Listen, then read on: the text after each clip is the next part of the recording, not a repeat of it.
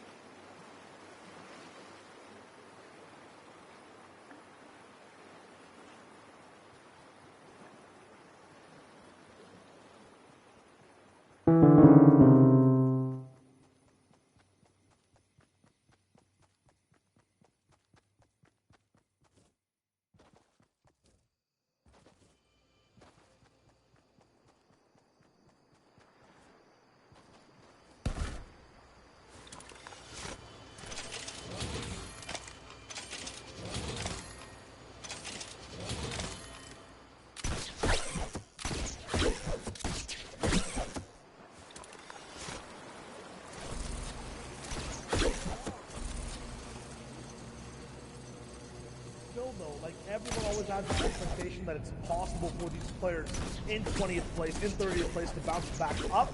I would usually agree, but after watching EU today, it is the same players we're seeing alive in Endgame. When we say these guys just need 7 or 11 points, that means getting to the top 10. And for a lot of these guys like Steelix, Snazy, yes, they're playing well, but are they there consistently? That is the big question. Yeah, that it will be. Bad Sniper, 21st right now. Mongrel also middling around 22nd. That's not where these guys want to be going into the final 2 games, but there's still a chance. We all know when it comes to 6-game grand finals that the final 2 games mean so much. No matter what, these guys want to get better than anyone else around them and want to place higher. So all the way till the final game, the competition will stay high. We got to think, man. 2 games left. It's wild to think we've been doing this for like 3 weeks now, and now we get to look at the conclusion, see who will hold the Axe of Champions high, and after 2 games, we'll have a new FNCS champion. Now, guys, we were kind of talking about players, the shark in the water, and it's none other than Deceptos, who is finding himself in that 2nd place. We haven't seen him much on broadcast, so what has this guy been doing? Yeah, I mean, I thought it was going to be a group effort here, but 100% we'll break it down in just a sec. Deceptos has basically been going, as you said, Zeke, through those shadows, right? He's been playing around other players and how, kind of pop off they've been. They're kind of showing overall exactly what they can do and break down in front of everyone else. And while they're taking the spotlight, that's the word I was looking for, Deceptos is operating in that background. He's getting everything these players are not looking at or seeing. Yeah, there's so much to actually consider when getting into Deceptos' game plan because, like I said, he's converting on these end games. I want to find out how. I want to find out where this man is dropping and how he's actually transitioning into the end game because, like I said, it's so important, but these are some of the things we miss. Him in top 10 right here, 2 eliminations, and he still makes a couple count. While some at the top, like Rifle, might be having a little bit more impact in terms of elimination, he's making it count for placements. And this is exactly how he gets his game started. Let's actually break down what he does every single game, specifically that last one too. Landing somewhere near Lazy Lake, actually taking a back alley loop path all the way across the map, picking up so many houses that people will get to later on faster than them, and then getting into these positions, these boxes fast, where he has control and can drop down these shotgun shots in really crazy angles. And this game right here was actually Deceptos' first game where he ended up falling after that top 50 mark, so he got the 2 placement points. But what he did do is actually fight a little earlier, grab that elim on Bad Sniper, and then has the awareness to recognize that Rax is in the box next to him. He'll convert, but after those 2 fights, that's when it gets to be a little risky for Letwick. It was last game that was an issue for him. This time, he's still going in, and he'll take down so many important ones. That was a Nas, and you know how high he was on the leaderboard. And these guys are in the game every single time. They are taking out these big names. We alluded to these 20th place players possibly rising to the top. They have to overcome these 2 monstrous barriers. I mean, and it's just going to come down to the final 2 games here. Rifle holding strong at the top, but Deceptos, they're lurking in the waters. You've got Letwick who's on the side. Anas, who picked up the Victory Royale, is here as well to play. The Deal, who made it through, which, by the way, sat in the storm forever, was eating floppers, and then is like, oh, I have to get to the storm? I got crash pads, baby, it's good. So many names are in this race right now. Yeah, but for me, I'm going to pick Deceptos to make it through in these last 2 games. He has been playing out of his mind, and before that game where he fell after 50th place, for him it was an average placement of 9.67. So I'm going with the Frenchman. Allez les bleus, let's go. Okay, I'm going to pick a Rifle to stay up top. I feel like being in first is a big deal, and he can hold on and stop these 2 men, no matter where they're from taking that top spot. All right, I'm going the Deal because he has style points, and I like style. Guys, with that being said, we're getting ready to head into the next game, game number 5, here in EU. Sundown Clay, let's throw it your way.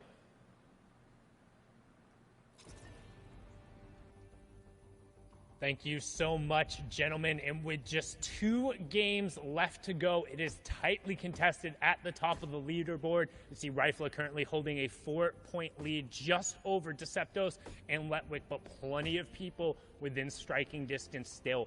We've seen time and time again those victory royales worth right around 19 and 20 points, so anybody can make a play. But Clay, if you're going to make that play, it has to be right now. You cannot wait any longer. This is it. These are the final moments. There is one more game, but there's not enough points on the lobby for you to make that play if you wait to the final moment. So you need at least 2 games to write the miracle run, the miracle story that we've seen a lot of players. The miracle run, the miracle story that we've seen a lot of players do.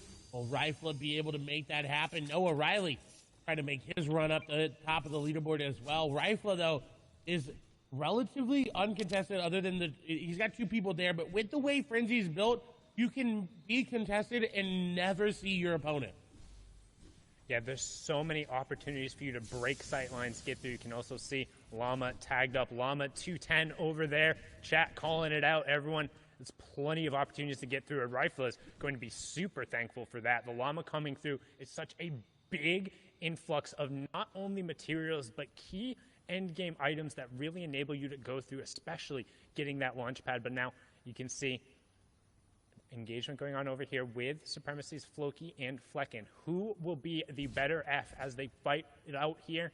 The question will be resolved quickly as the crash pad ends up coming through. Floki putting the pressure down on the Flecken, but nobody necessarily able to connect shots. And as I say that, Floki hits 2 back-to-back. He says, thanks for the loot. I'll take that epic tactical shotgun and everything else that comes with it. The crash pads, the shields, all the metal over here on the side, and he's going to be very happy about that. And the guaranteed launch pad that comes out of the rig's vault area. That is a very, very big pickup for Floki. And again, in that range where they could make something happen. Now we do